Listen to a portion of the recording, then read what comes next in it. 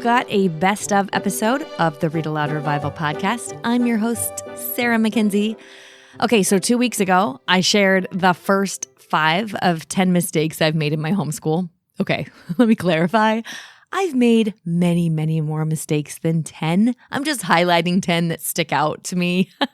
So in the last Best of Read-Aloud Revival episode, I shared the first 5, and today I'm sharing the next 5 mistakes. Hopefully hearing these will keep you from making the mistakes that I've made. Homeschooling is a joy and a gift, and it's hard and wonderful, and it's messy and effective. It's all of those things all at the same time. I can promise you won't get it perfectly. And I can also promise that you don't need to get it perfectly. I hope listening to these mistakes that I've made helps you along your own journey. So enjoy this best of episode and learn something, hopefully, from 5 more mistakes I've made in my homeschool. Here you go.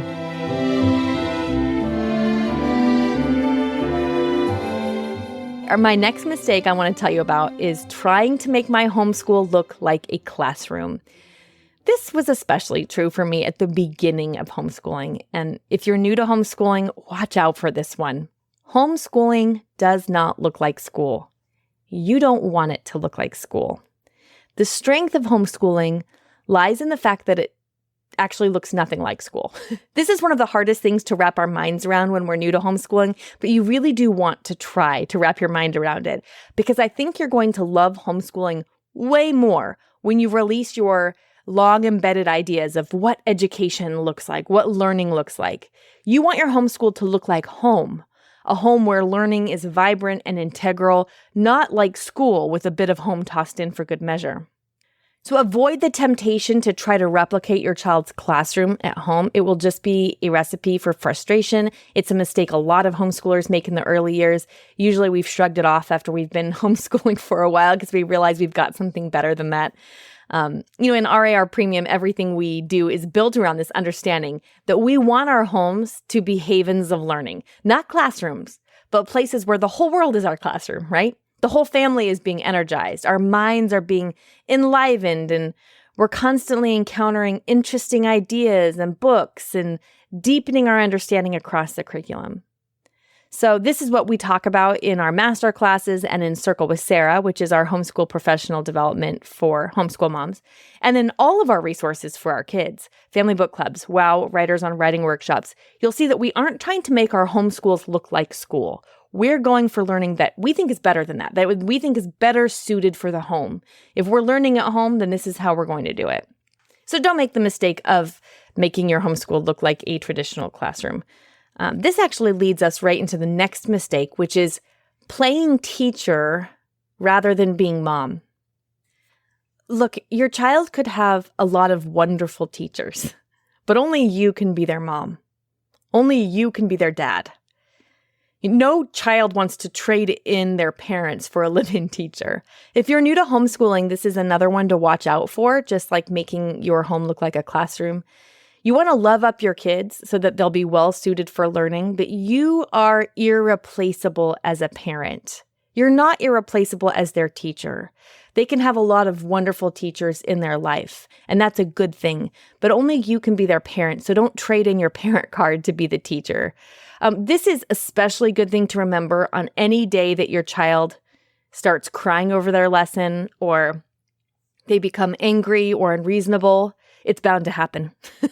If your child's crying over her lesson, 0 learning is happening. Take it from me. Learning, like real, lasting, meaningful learning, that requires an openness of spirit, a willingness to receive or to engage. And if your child is crying and you insist that they keep going with their lesson, they're not learning anything, right? When we do that, we're doing it for us, not for them.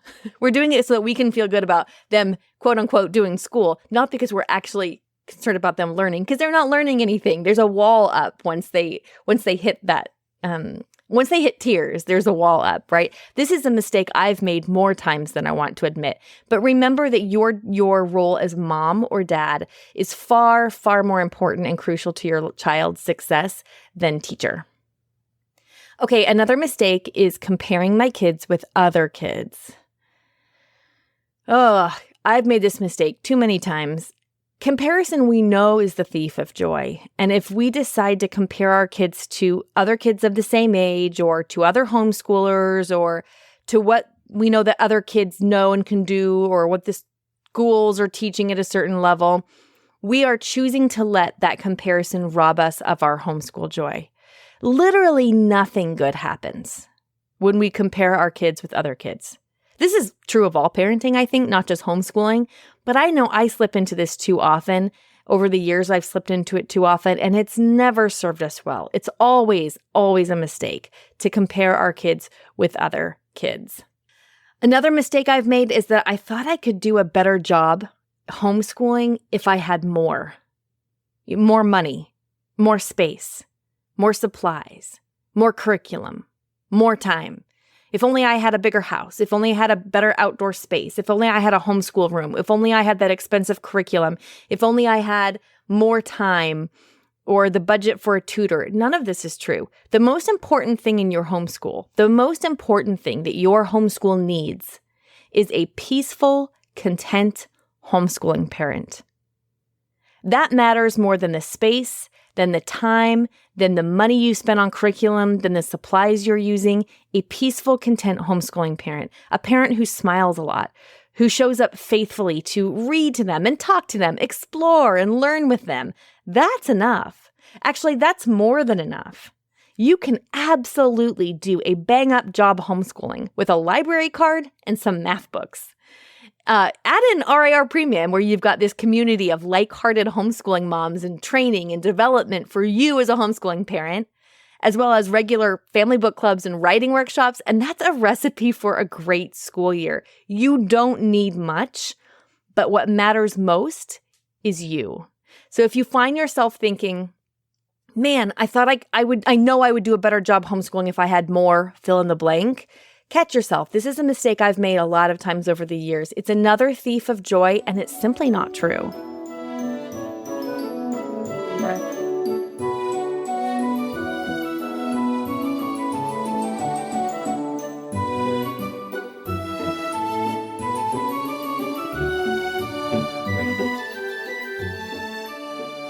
This is the last one I want to tell you about. This is mistake number 10, and I think it's the most important. So if you've let your attention wander, come back to me here for now. I was too hard on myself. This is a huge mistake that I made. I thought I wasn't enough. I thought I needed a kick in the pants. Do you know, I have yet to meet a homeschool mom who needs a kick in the pants. And I've met a lot of homeschool moms. More often we need a deep breath, an afternoon to enjoy our kids, a good night's sleep, a couple hours by ourselves at a coffee shop, a book. We need to smile more and worry less. I think the reason we're so hard on ourselves is because we think any hiccups our kids face are reflections on us. That's just not true. You know, we make low test scores or kids who are behind in reading, learning disabilities, math tiers, unfinished lesson plans, learning struggles. We make it all mean something it doesn't mean. None of that means your child won't be successful. None of that means your homeschool stinks or that you're not cut out for this. A kid behind in math means, well, are you ready for this? Okay, a kid behind in math means that's where they are in math. That's all it means.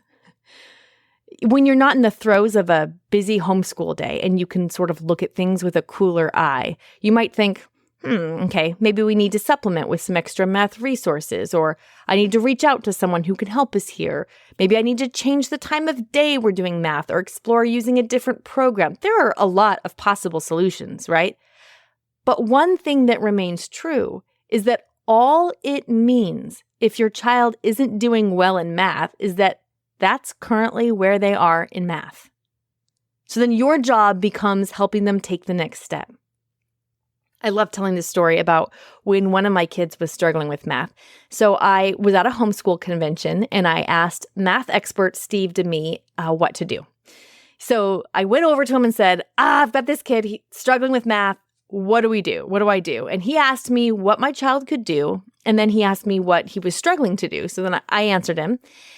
And he listened and then told me what the next best step was. Okay, so what you need to do next is this. Well, after I walked away, I realized I had never told Steve how old my child was. I mean, my child could have been 6 or 10 or 17. He didn't ask because it didn't matter.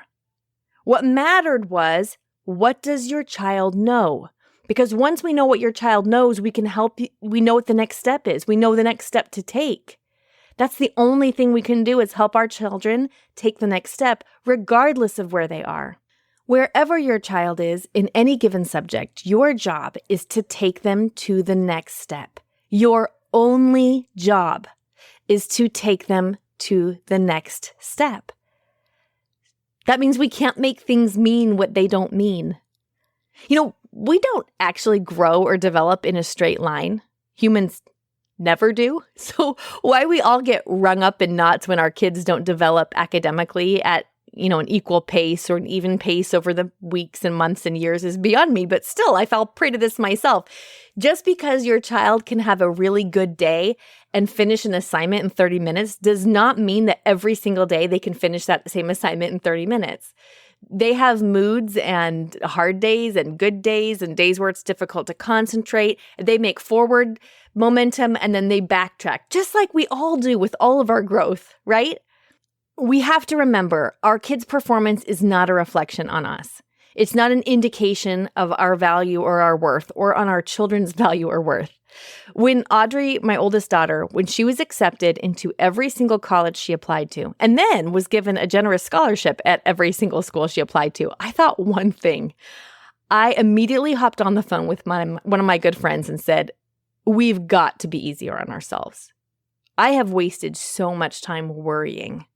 And honestly, I wish I could trade that out, all those minutes I spent worrying.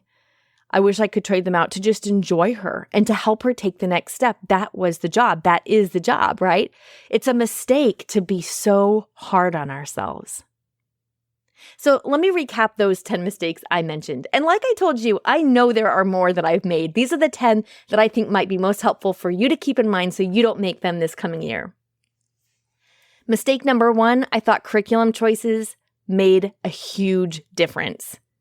Curriculum choices are important. They're just not the be-all, end-all. There are other things that are way more important.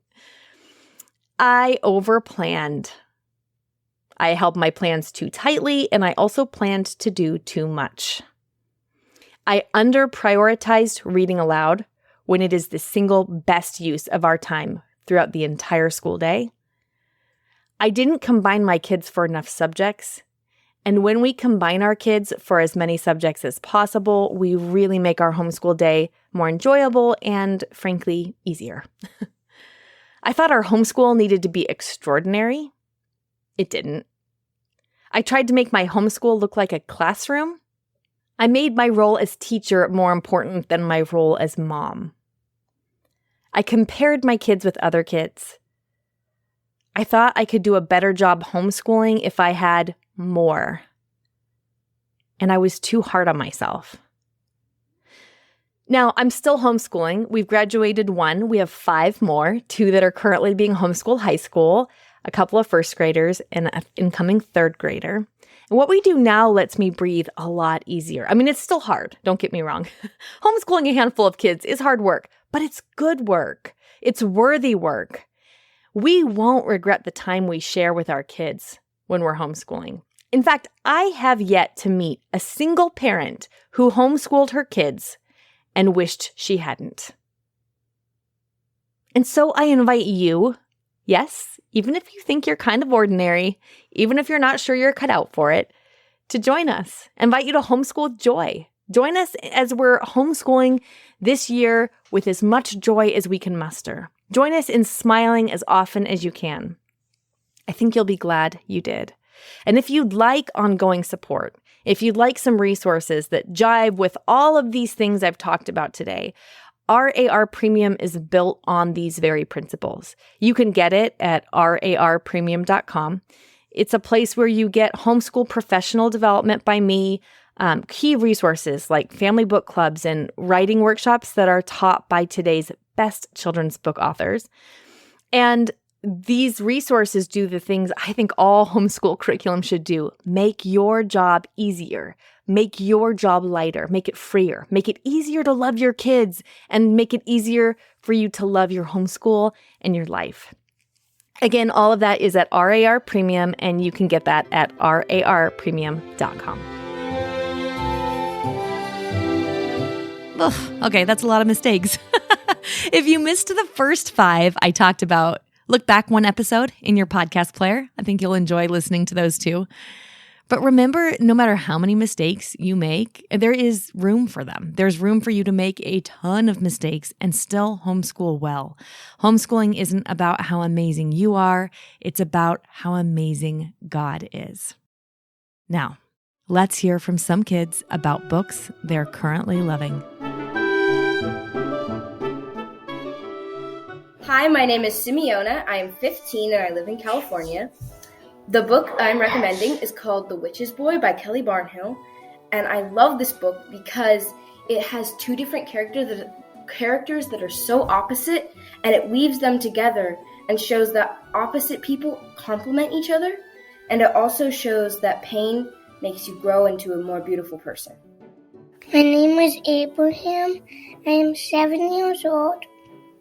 I live in California. My favorite book is the Read-Aloud Saga because my favorite characters are Zano and Calma. My name is Katie. I'm 5. I'm from California. My favorite book is Little Red Hot because my mom gave it to me. My name is Theo.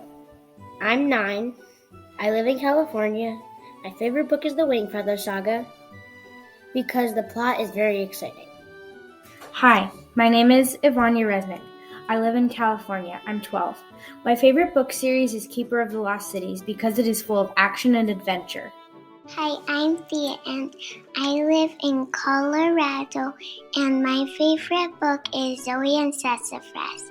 I like it because there's adventure and there's magical creatures and there's science, and in their website it's so much fun seeing all the crafts. Hi, my name is Ellery. I am 8 years old and I live in Colorado. My favorite book is Little Women because Joe wants to be an authoress and I do too, and they're all sisters. Hi, I'm Izzy. I'm from Missouri. What's your favorite book? How to Train Your Dragon. Because it's silly and exciting. It has Hiccup and 2 4-single best friends. What's your name? Ollie.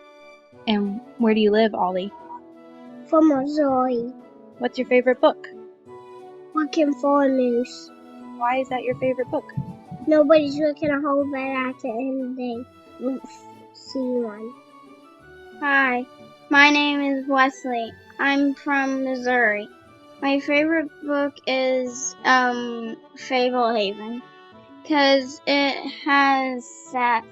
Seth is brave and cool, and he goes on adventures, and there's creatures in the forest at Fablehaven.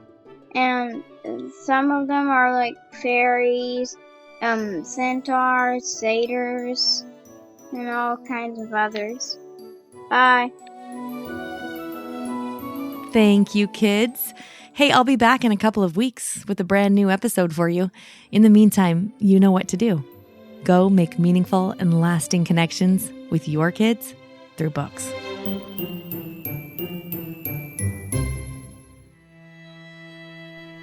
So many of us feel overwhelmed in our homeschool. There's a lot to do, and it feels like every child needs something a little different. The good news is you are the best person on the planet to help your kids learn and grow, and home is the best place to fall in love with books.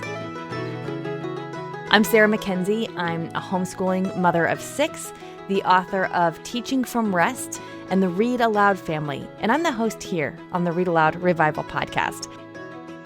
This podcast has been downloaded over 8 million times. And you know, I think it's because so many of us want the same things. We want our kids to be readers, to love reading. We want our homes to be warm and happy havens of learning and connection. We know that raising our kids is the most important work of our lives. That's kind of overwhelming, right? You are not alone. In Read-Aloud Revival Premium, we offer family book clubs, a vibrant community, and Circle with Sarah, coaching for you, the homeschooling mom, so you can teach from rest, homeschool with confidence, and raise kids who love to read. Our family book clubs are a game changer for your kids' relationship with books.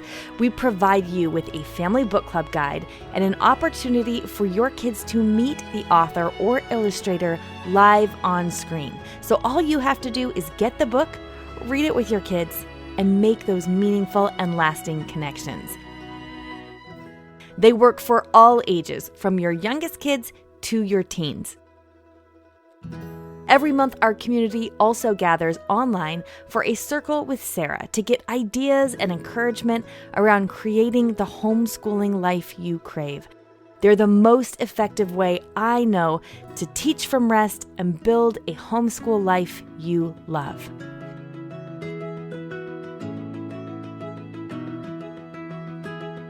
We want to help your kids fall in love with books, and we want to help you fall in love with homeschooling. Join us today at RARpremium.com.